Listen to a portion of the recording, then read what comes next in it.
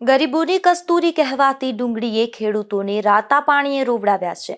ધોરાજી પંથકમાં ખેડૂતોએ માવઠું અને અતિવૃષ્ટિ જેવી આકાશી આફતોનો સામનો કરી ખેડૂતોએ આર્થિક નુકસાન વેઠ્યું હતું અને બાદમાં ખેડૂતોને એવી આશા હતી કે સારા એવા ભાવ મળશે। તેવી આશાએ ખેડૂતોએ ડુંગળીનું વાવેતર કર્યું હતું, જેમાં ખેડૂતોએ વાવેતરથી લઈ અને ઉત્પાદન સુધી એક વીઘા 20 થી 25,000 રૂપિયાનો ખર્ચ કર્યો અને જ્યારે ડુંગળીના ઉત્પાદનનો સમય આવ્યો તો માવઠું પડ્યું, જેને કારણે 30% પણ વધુ પાકને નુકસાન વેઠવાનો વારો આવ્યો અને હવે પૂરતા ભાવ નથી મળી રહ્યા ત્યારે ખેડૂતોની મુશ્કેલી વધી છે। મારું નામ અહેમદભાઈ છે, અહેમદભાઈ ઘુઘા। હું ભાણવડથી આવ્યો છું, ખેડૂત છું। ડુંગળી ભરી અને આજે ધોરાજી માર્કેટ યાર્ડિંગમાં આવ્યો છું। અહીંયા ડુંગળીના કોઈ એવા ભાવ નથી કે ખેડૂતને સંતોષ થાય। અહીંયા 100 રૂપિયાથી માંડી અને 170 રૂપિયામાં ડુંગળી વેચાય છે। આનાથી ખેડૂતનું કાંઈ ન થાય, આનાથી જગતનો તાત બરબાદ થઈ જાય।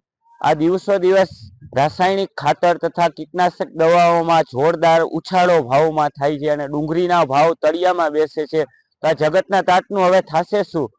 આ સરકારશ્રીને મારી નમ્ર વિનંતી છે કે ડુંગળીના ભાવ ખેડૂતને કમસે કમ 500 થી 600 રૂપિયા તો મળવા જ જોઈએ। આમાં જગતનો તાત કરશે શું?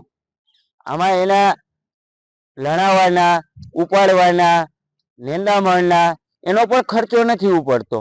આ યાર્ડમાં આવવાથી પોતાની વાડીએથી યાર્ડમાં લઈ આવવા માટે એક કટ્ટાનું ભાડું કમસે કમ 50 રૂપિયા બેસી જાય છે અને 100 રૂપિયા મણનો ભાવ આવે છે, તો યાર્ડમાં 200 રૂપિયા કટ્ટાનો ભાવ થયો।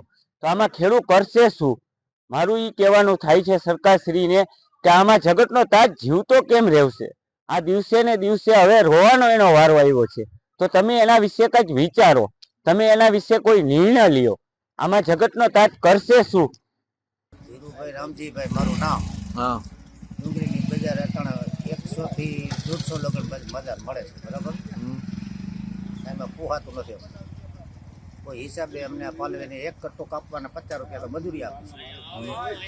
ઉપાડવાનું નોખું, પાણીનું નોખું, ખાતરનું નોખું, ઉતે અમારું કેવા ખર્ચા કર્યા હોય કાકા? ખર્ચા જાજા થઈ ગયા છે। આમાં મજૂરીને મળતા નથી એવું થઈ ગયું અટાણે। અત્યારે શું ભાવ મળે છે યાર્ડમાં? યાર્ડમાં 170 થી 150 રૂપિયા લગન બસ મળવા જો કેટલા ખરેખર કાકા? 400 થી 500 રૂપિયા મળે ને તો જ આ માણસને મળે કાંઈક રૂપિયા ને નબળે મળે મતલબ, બરાબર? 400 રૂપિયા તો બજાર ઓછામાં ઓછી 450 500 તો હાલવી છે, અત્યારે નથી મળતા। મારું નામ વિનુભાઈ શાંતિભાઈ ડોગરિયા બોલાવે। આ 150 ના ભાવની ડુંગળી જાય ખેડૂતને પોસાય જ નહીં।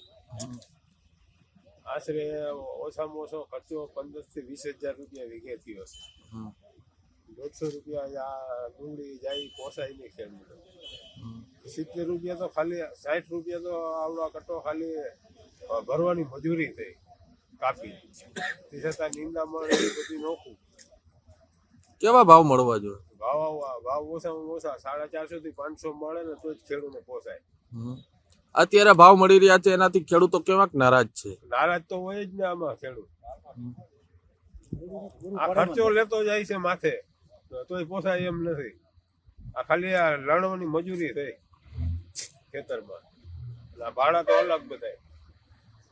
આમ ખેડૂતોનું કહેવું છે કે જાણે કુદરત અને સરકાર બંને ખેડૂતો પર રૂઠી હોય તેવું લાગી રહ્યું છે। એક તરફ આકાશી આફતોને કારણે ખેડૂતો હેરાન છે, આર્થિક નુકસાન વેઠી રહ્યા છે, ત્યારે બીજી તરફ હાલ માર્કેટિંગ યાર્ડમાં ડુંગળીને લઈને આવતા ખેડૂતોને ડુંગળીના પૂરતા ભાવ નથી મળી રહ્યા। હાલ ખેડૂતોને માર્કેટિંગ યાર્ડમાં ડુંગળીના પ્રતિમણ રૂપિયા 100 થી 175 મળી રહ્યા છે।